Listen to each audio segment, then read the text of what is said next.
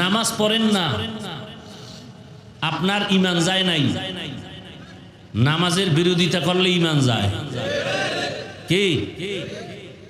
খুব সাবধান। চুরি করা যেই গুনাহ, চোরের সহযোগিতা করা একই গুনাহ। শিরিক করা যে গুনাহ, শিরিকের সহযোগিতা করাও একই গুনাহ। খুব সাবধান। আসলেই যেন কেমন কিয়ামতের আলামত শুরু হয়ে গেছে। যাদেরকে দেখে আমরা পথ চলবো সেই পথ ভুলে গেলে আমাদের উপায় কি? ডাক্তার, সেদিন দেখলাম কিতাবে, ওলামায়ে কেরাম উম্মতের কলবের ডাক্তার। সুফিয়ান সাউরি রহমতুল্লাহ আলাইহি বলেন, ওলামায়ে কেরাম হলো উম্মতের ডাক্তার। উম্মতের রোগ কি? কয় মাল। উম্মতের রোগ কি? মাল, সম্পদের মায়া। এই মায়ায় পুরা মা সারে, বাপ সারে, ঈমান সারে, কালেমা সারে, সব সারে। সেই মাল যদি আমাকে আকৃষ্ট করে, তা আমি রোগী, আমি উম্মতের চিকিৎসা কেমনে করব? কথা বুঝাইতে পারছি? আল্লাহ হেদায়াত দান করুন।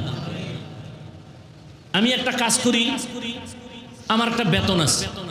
মাদ্রাসার শিক্ষক দায়িত্ব পালন করেন, তার একটা বেতন আছে। কর্তৃপক্ষ ইনসাফের সাথে সেই বেতন দেওয়াটা, এটা আল্লাহর রহমত। এখন যদি সে আরো কিছু চায়, এটার নাম লোভ। যে না, মাদ্রাসায় চাকরি করিয়া সংসার চলবে না, তো কি করবো? ব্যবসা কর। কি কর? ব্যবসা। স্লোগান কি? আলেমরা পিছিয়ে থাকবে কেন?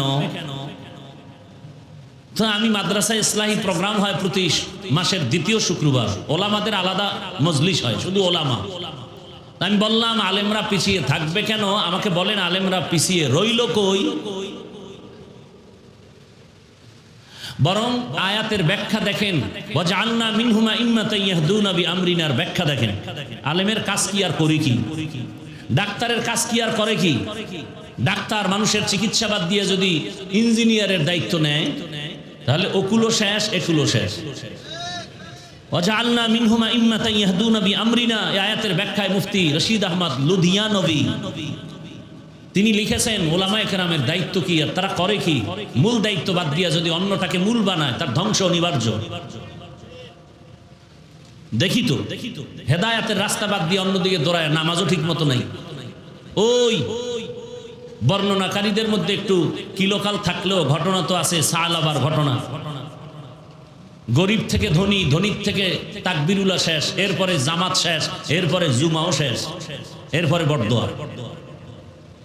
আল্লাহ হেদায়াত দান করুন। হেদায়াত বড় কঠিন জিনিস। টাকা ছাড়া চলা যাবে না, কিন্তু টাকা আমার খোদা না। নৌকা পানি ছাড়া চলতে পারে না, কিন্তু নৌকার পানি ভেতরে ঢুকানো যাবে না। দুনিয়া ছাড়া চলা যাবে না, বাট দুনিয়া যেন আমাকে গ্রাস করতে না পারে।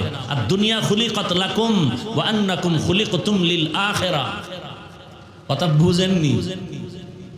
সায়ের হইছে কি বুঝে না বুঝে, কয় যে কি ওয়াজ করতেছ, এটি একটা ওয়াজ হইল? আল্লাহ হেদায়াত দান করুন।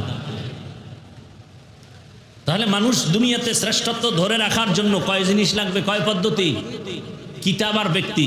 শ্রেষ্ঠ কিতাবের নাম কোরআন, শ্রেষ্ঠ ব্যক্তির নাম রহমতের নবী। কোরআন আছে, নবী নাই। এখন উপায় কি? নবী বলেন, আমার বন্ধু আছে ওয়ারাসাতুল আম্বিয়া, ওলামায়ে কেরাম, এদেরকে অনুসরণ করে চল।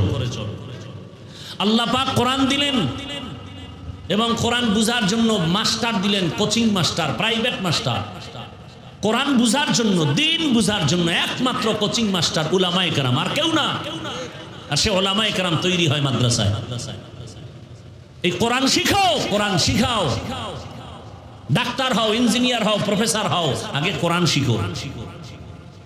আমাদের দেশে বহু জেনারেল লাইনের মানুষ কোরআন পড়তে পারে না। অথচ তুমি যুবক, কোন জামানায় আসছো যে তুমি matric pass, BA pass, IA pass করলা, কোরআন শিখবা পরের কথা, আসসালামু আলাইকুম সালাম দিতে পারো না। দুনিয়ার সব পারো, সালামটা দিতে পারো না। আসসালামু আলাইকুম এই দুইটা শব্দ পারে না মুসলমান।